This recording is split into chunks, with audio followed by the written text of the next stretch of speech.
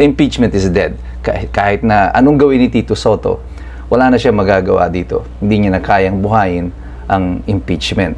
Yung 2025 budget ay napaka-corrupt daw, the most corrupt budget, but it was signed by the President. 24 budget was also signed by the President. 23 budget was also signed by the President. At lahat ng mga insertions naroon sa lahat ng budget na yan. Tapos sasabihin mo, wala akong alam dito. In my opinion, si Garma ay bumalik dito sa Pilipinas ngayon at this time para maging distraction also dito sa flood control. Now, they're gonna switch up the story back to the Dutertes. Babalik tayo doon sa drug war. Plan A nila kasi, yung PI, People's Initiative, didn't work. Pumalpak. Plan B, impeach Sara. Manalo sa Senado, win as many Senate seats as possible, and then remove Sara Duterte. Didn't work. Natalo sila sa halalan. And Plan C, iluklok si Remulla bilang ombudsman and then file cases against Sara Duterte para hindi siya makatakbo sa 2028. Fizzle out. So, anong gagawin mo? Go back to Plan A. Balik ka doon sa drug war. At ikulong mo, subukan mo uli na mag-create ng story about drugs, connecting now Sara Duterte to the drug war, at labuin mo na ng labuin yung istorya na ito hanggang makalimutan na ng mga tao kung ano ang totoong nangyari sa Pilipinas. Ganun tayo katanga sa isip ng gobyerno sa kasalukuyan. Gaya ng sinabi ko sa inyo nung isang araw at hanggang kanina, mabilis ang mga susunod na mga pangyayari. Kaya sabi ko, kumapit kayo. And just as I was doing that video about the revelation ng mga diskaya tungkol sa mga sangkot dito sa pagnanakaw dito sa flood control projects, biglang-bigla nagpalit ng Senate leadership. Si Tito Sotto na ang presidente ng Senado. I will not lie to you, I also did not expect that to happen this soon. I was so excited about sa testimonya ng mga diskaya. And I didn't even know until mga around 2 p.m. na si Tito Sotto na pala ang bagong Senate President. Ano nangyari? Ano ang epekto nito sa impeachment? Yan ang tanong ng marami. Mangyayari pa ba uli ang impeachment dahil umupo na si Tito Sotto bilang Senate President? Well, the impeachment is dead. Kahit na anong gawin ni Tito Sotto, wala na siya magagawa dito. Hindi niya na kayang buhayin ang impeachment. Ang optics nitong pagpapalit, yung larawan ng pagpapalit ng Senate President pagkatapos na mag-testify ang mga diskaya is not very good for this majority. Masama po ang larawang ipinipinta nito.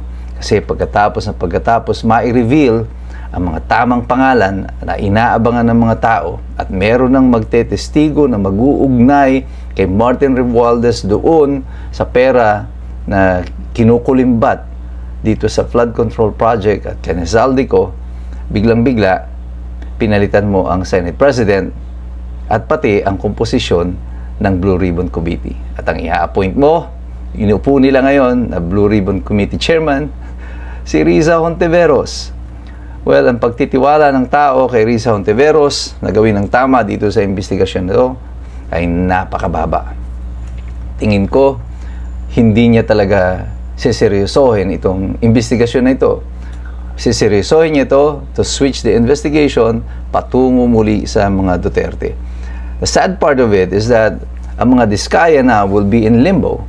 They don't know kung yung kanilang revelation will be taken seriously now by the new Senate leadership or kasama sila sa mga ibabaon sa limot ng Senado.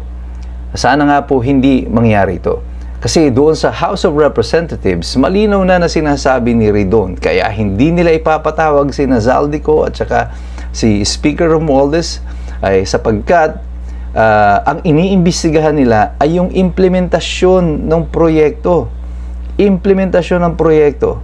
At doon daw nagmula ang nakawan. But the problem is, ang kaguluhan sa flood control projects did not start with the implementation.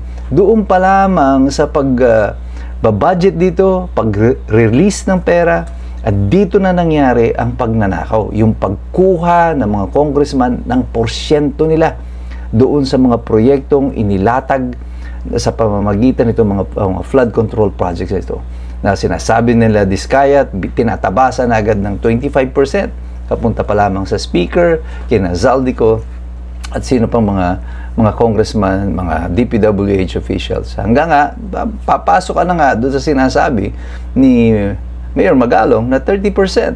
Pero hindi daw yan iimbestigahan ng House. Yan ang sinabi nila. Eh bakit pa kayo nag-iimbestiga dyan? Niloloko nyo na lang yung taong bayan. At sana itong Senado na ito, malalaman natin kung kagaya ng House, ay mag-a-attempt sila na lokohin na rin lang tayo. Finally, the truth is coming out. And this administration is really in desperate mode. Talagang they're really moving heaven para lang mapigilan ang paglabas ng katotohanan dito. You know why? Because the moment the name of Zaldico and Speaker Romualdez has been mentioned, malapit ka na sa Malacanang. Kasi it's impossible for Malacanang not to know. Dahil sila ang finally nag-a-approve ng budget. Kahit na yung 2025 budget ay napaka-corrupt daw, the most corrupt budget, but it was signed by the President. 24 budget was also signed by the President. 23 budget was also signed by the President. At lahat ng mga insertions naroroon sa lahat ng budget na yan. Tapos sasabihin mo, wala akong alam dito. Ang maganda po nito, kahit na nga po wala na sila Senator Marcoleta dyan at the helm, pwede pa rin po sila mag-participate sa Senate Blue Ribbon Committee. And ang problema lang dyan, because the committee chairman cannot dictate sino yung mga ipapatawag nila at anong gagawin nila doon sa mga ebidensya na makakalap, eh baka mawalan din ng saysay itong investigasyon na ito. Well, ang mahalaga dyan is that the people already know at tayo ay nakabantay. Marami pa silang gagawin at hindi pa tapos itong mga sarswela na ito ng panggugulo sa mga tao. Sinabi ko sa inyo kanina, merong nangyayari, ito ngayon kay Garma, at dapat gagawin ko yan on a separate video, but now I think it is important for the people to know that in my opinion, si Garma ay bumalik dito sa Pilipinas ngayon at this time para maging distraction also dito sa flood control. Now, they're gonna switch up the story back to the Dutertes. Babalik tayo doon sa drug war. Plan A nila kasi, yung PI, People's Initiative, didn't work. Pumalpak. Plan B, impeach Sara.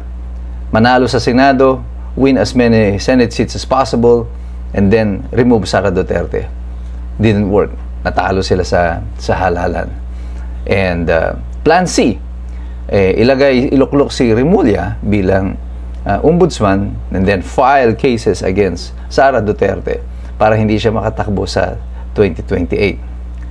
Fizzled out. So, anong gagawin mo? Go back to Plan A. Balik ka doon sa drug war.